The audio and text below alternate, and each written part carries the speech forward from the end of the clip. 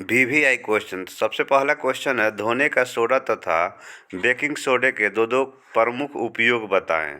धोवन सोडे का उपयोग जल की अस्थायी कठोरता को दूर करने के लिए, कांच, साबुन, पेपर तथा बोरेक्स, कास्टिंग सोडा इत्यादि के अनेक महत्वपूर्ण यौगिकों के उत्पादन के लिए किया जाता है। बेकिंग सोडे के उपयोग एंटासिड का एक संघटक क्षारीय होने के कारण अम्ल के आधिक्य को उदासीन करता है। यह खाद्य एवं पेय पदार्थों को योज्य पदार्थों के रूप में प्रयुक्त होता है। बेकिंग चूर्ण में सोडियम हाइड्रोजन कार्बोनेट एवं टार्टरिक अम्ल या इस जैसा एक अम्ल होता है। जब बेकिंग चूर्ण को गर्म करते हैं तो इसमें विद्यमान सोडियम हाइड्रोजन कार्बोनेट विखंडित होकर कार्बन डाइऑक्साइड एवं सोडियम कार्बोनेट प्रदान करता है। अम्ल का जलीय विलयन क्या विद्युत का चालन करता है? देखिए, अम्ल का जलीय विलयन में आयनीकरण के कारण आयन उत्पन्न होते हैं। इस कारण विद्युत धारा प्रवाहित करने पर विद्युत का चालन होने लगता है। जल की अनुपस्थिति में अम्ल का व्यवहार अम्लीय क्यों नहीं होता है? तो देखिए, जल की उपस्थिति में ही अम्ल में H+ बनते हैं। अम्लों के अणुओं से H+ आयन का पृथक्करण जल की अनुपस्थिति में नहीं हो सकता है। ये क्वेश्चन आपको 2019, 18 और 15 में आया हुआ है। आश्रित जल यानी विद्युत का चालक क्यों नहीं होता है जबकि वर्षा जल होता है? आश्रित जल में H+ आयन पृथक नहीं होते हैं। वर्षा जल में अम्ल तथा तन्य अशुद्धियों की उपस्थिति होती है, अतः वर्षा जल में H+ आयन तथा अन्य आयनों की उपस्थिति होती है। आयनों की उपस्थिति के कारण वर्षा जल विद्युत का चालन करते हैं। अब क्वेश्चन है, धोबिया सोडा एवं बेकिंग सोडा में अंतर लिखें। बेकिंग सोडा सोडियम कार्बोनेट पेट की अम्लीयता को कम करने की औषधि के रूप में प्रयोग किया जाता है। धोबिया सोडा यह प्रयोगशाला में अभिकर्मक के रूप में किया जाता है। बेकिंग सोडा रसोई घर में खाने के सोडा का उपयोग में किया जाता है।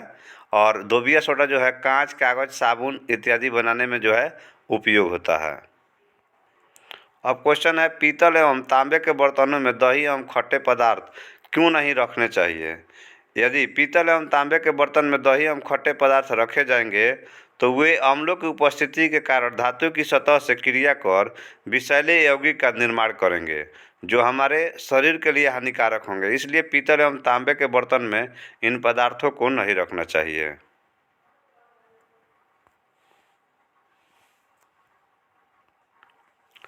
उदासीनीकरण अभिक्रिया क्या है? दो उदाहरण दीजिए।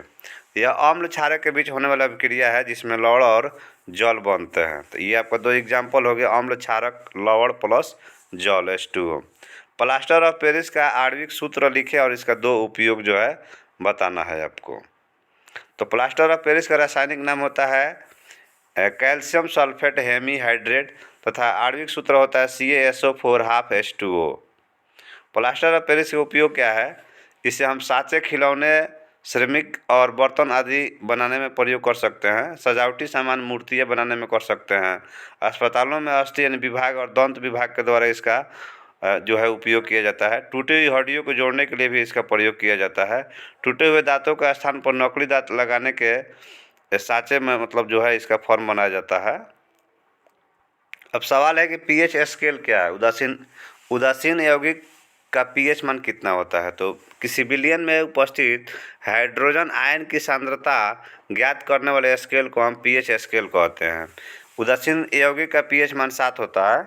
ब्लीचिंग पाउडर कैसे बनाया जाता है या विरंजक चूर्ण क्या है? रासायनिक नाम, सूत्र, उपयोग लिखें। ठीक है, देखिए, विरंजक चूर्ण निर्माण शुष्क बुझे हुए चूने पर क्लोरीन की क्रिया से होता है। मतलब बड़ी मात्रा में इसके निर्माण के लिए एक विशेष टावर लेते हैं जिसमें ऊपर से होकर शुष्क बुझा हुआ चूना डाला जाता है। ठीक है, इसका गुण क्या है? विरंजक चूर्ण पीले रंग का चूर्ण है जिसमें क्लोरीन की तीखी गंध होती है। यह जल में घुलनशील और परंतु पूरी तरह से विलय नहीं होता है। यह अम्लों से अभिक्रिया भी करता है। उपयोग क्या है इसका? कागज तथा कपड़ा उद्योग में विरंजक के रूप में किया जाता है। पेयजल को रोगाणु रहित करने में किया जाता है। बिना सिकुड़ने वाली ऊन बनाने में किया जाता है। यह क्लोरोफॉर्म बनाने में भी प्रयोग किया जाता है। यह प्रयोगशाला में भी इसका उपयोग होता है।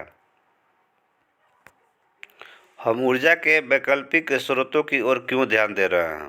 पृथ्वी में कोयले, पेट्रोलियम, प्राकृतिक गैस तथा यूरेनियम जैसे ईंधन के ज्ञात भंडार बहुत ही सीमित है। यदि इसी दर से उनका उपयोग होता रहा तो शीघ्र समाप्त हो जाएगा। जीवाश्मी ईंधन किसे कहते हैं? क्या क्या इसकी हानियाँ हैं? वह दहनशील पदार्थ जो पेड़ पौधे तथा जानवरों के अवशेष से प्राप्त होता है, जो लाखों वर्ष मतलब पूर्व पृथ्वी की गहराई में दब गए थे, उससे प्राप्त होता है जीवाश्मी ईंधन कहलाता है। जैसे कोयला, पेट्रोलियम, प्राकृतिक गैस। जीवाश्मी ईंधन की हानियाँ क्या है? जलने से पर्यावरण प्रदूषित होता है। जलने से CO2 निकलता है, जिससे ग्रीन हाउस पर प्रभाव पड़ता है। जलने से उत्पन्न अवयवी से अम्लीय वर्षा होती है, जबकि आपको जो है असामान्य स्रोत अनवीकरणीय है। नाभिकीय संलयन से आप क्या समझते हैं? नाभिकीय संलयन में अति उच्च ताप पर दो हल्के नाभिक एक भारी नाभिक बनने के लिए संयोग करते हैं और साथ में विशाल ऊर्जा निर्मुक्त होती है। संलग्न के लिए नाभिकों को अति उच्च वेग के साथ एक दूसरे के पास पहुंचाना चाहिए ताकि वे विद्युत प्रतिकर्षण के जीत सके और करीब 10⁻⁻15 मीटर के भीतर आ जाए।